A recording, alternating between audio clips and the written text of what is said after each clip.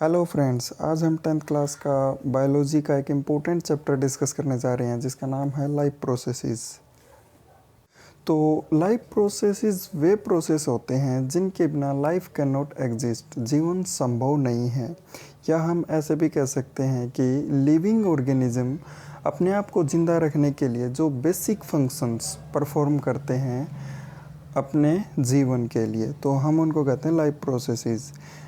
जैसे कुछ एग्जाम्पल दिखा रखे हैं यहाँ पे, डाइजेशन है, रेस्पिरेशन है, ट्रांसपोर्टेशन है, एक्सक्रीशन है, ये सभी लाइफ प्रोसेसेस हैं जो जीवन जीने में बहुत सहायक हैं।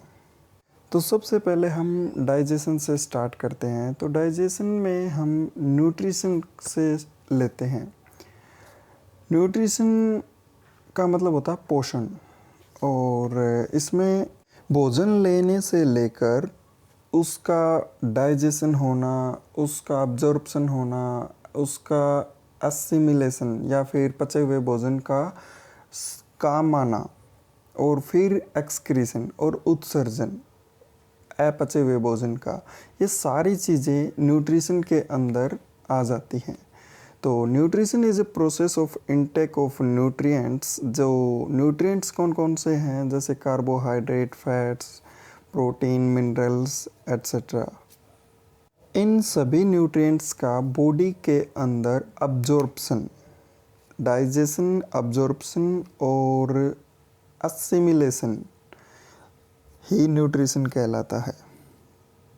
न्यूट्रिशन के दो टाइप्स होते हैं जिससे वो अपना भोजन तैयार कर सकता है, जैसे ऑटोट्रोफिक मोड, एक हेटरोट्रोफिक मोड। ऑटोट्रोफिक मोड के अंदर वे जीव जो अपना भोजन स्वयं खुद अपने आप तैयार कर सकते हैं उनको हम कहते हैं ऑटोट्रोफिक मोड्स।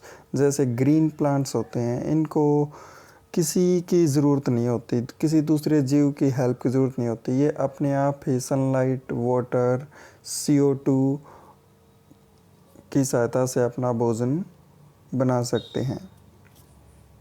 और हाँ, ग्रीन प्लांट्स में क्लोरोफिल नाम का एक पिगमेंट होता है जो कि ग्रीन लीव्स या ग्रीन पोर्शन में पाया जाता है, और वो फोटोसिंथेसिस या प्रकाश संश्लेषण नाम की एक प्रोसेस करवाता है जिसके द्वारा ये भोजन बनता है।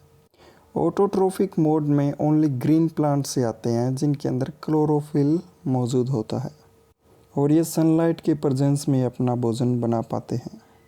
दूसरी तरफ हेटरोट्रोफिक मोड में वे ऑर्गेनिज्म या जीव आते हैं जो अपना भोजन खुद नहीं बना सकते, बल्कि वे किसी दूसरे जीवों पर निर्भर रहते हैं। जैसे कि कुछ एग्जाम्पल दिखा रखे हैं यहाँ पे, most bacteria, fungi and non green plants, यानी जो प्लांट्स ग्रीन नहीं हैं, ये सभी हेटरोट्रोप्स हैं। हेटरोट्रोपिक न्यूट्रिशन के कई मोड हैं या कई प्रकार हैं, जिसमें आता है सबसे पहले सेप्रोट्रोफिक न्यूट्रिशन। और इसमें क्या होता है कि जो जीव मरे हुए या गले सड़े पदार्थों से अपना भोजन प्राप्त करे, या dead and decaying organic matter, जैसे मशरूम है, ये ज़्यादातर एनिमल वेस्ट जैसे गोबर वगैरह है उसके ऊपर ग्रो करती है, तो ये सेप्रोट्रोपिक है। फंजाई है, कवक है, जैसे आप किसी एक ब्रेड को पानी के अंदर भिगो के छोड़ दोगे तो थोड़ी देर में उसके ऊपर ग्रीन कलर की फंजाई आ जाती है जिसको हिंदी में कवक कहते हैं। ये भी सेप्रोट्रोपिक न्यूट्रिशन का एग्जाम्पल है। नेक्स्ट है पैरासिटिक न्यूट्रिशन। इसके अंदर क्या होता है कि कोई एक जीव अपना भोजन किसी दूसरे जीव से लेता है, वो उसका होस्ट बनता है, उसको बिना मारे उसके ऊपर उससे अपना भोजन प्राप्त करता है। ये जीव प्लांट में भी होता है और एनिमल में भी होता है, और जिसके ऊपर ये जिंदा रहता है उसको हम कहते हैं होस्ट। जैसे प्लांट के अंदर अमर बेल होती है जिसको कस्क्यूटा कहते हैं, वो किसी दूसरे पौधे के ऊपर अपना भोजन प्राप्त करती है। और जैसे मॉस्किटोज़ होते हैं जो ब्लड सक करते हैं एनिमल्स के अंदर, वो ह्यूमन्स या अदर एनिमल्स का ब्लड सक करते हैं, चूसते हैं, वो भी एक किस्म से पैरासाइट्स में आते हैं। जोंक है जैसे बफेलो भैंस के ऊपर अपना सर्वाइव करती है। बहुत सारे पैरासाइट्स ऐसे हैं जो एनिमल्स और मानव जाति मैनकाइंड ह्यूमंस के अंदर कई प्रकार की डिजीज़ स्प्रेड करते हैं, फैलाते हैं। होलोजोइक न्यूट्रिशन के अंदर क्या होता है कि इसमें ना वे जीव आते हैं जो भोजन को लेते हैं और डायरेक्टली उनसे एनर्जी को नहीं ले सकते।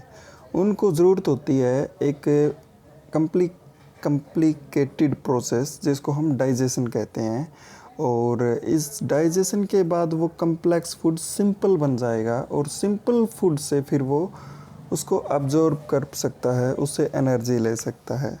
तो इसके अंदर जैसे हम आते हैं ह्यूमंस, वो क्या करते हैं, पहले खाते हैं, फिर उसके अंदर डाइजेशन होता है, फिर अब्जॉर्प्शन होता है, फिर ये चीज़ एनर्जी हमें मिलती है।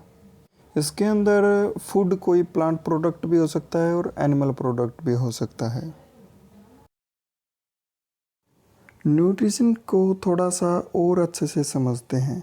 देखो, इसको 5 भागों में बांटा गया है, जिसके अंदर सबसे पहला था इंजेशन। इसके अंदर फूड को बॉडी के अंदर लिया जाता है, इंटर करता है, प्रवेश करता है शरीर के अंदर। और डाइजेशन में कम्प्लेक्स फूड को सिंपल में कन्वर्ट कर दिया जाता है या पचाया जाता है। भोजन का पचना ही डाइजेशन कहलाता है। इसको हम आगे और डिटेल से पढ़ेंगे। अगला है अब्जॉर्प्शन। अब वो जो भोजन अब पच चुका है या डाइजेस्ट हो चुका है, उसको फिर अब्जॉर्ब कर लिया जाता है, सोख लिया जाता है और ब्लड के अंदर आ जाता है वो।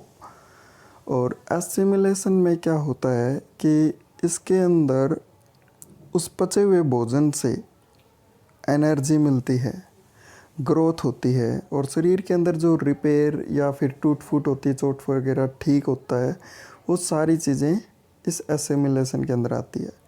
और इजेशन के अंदर अपचे हुए भोजन को शरीर से बाहर निकाल दिया जाता है।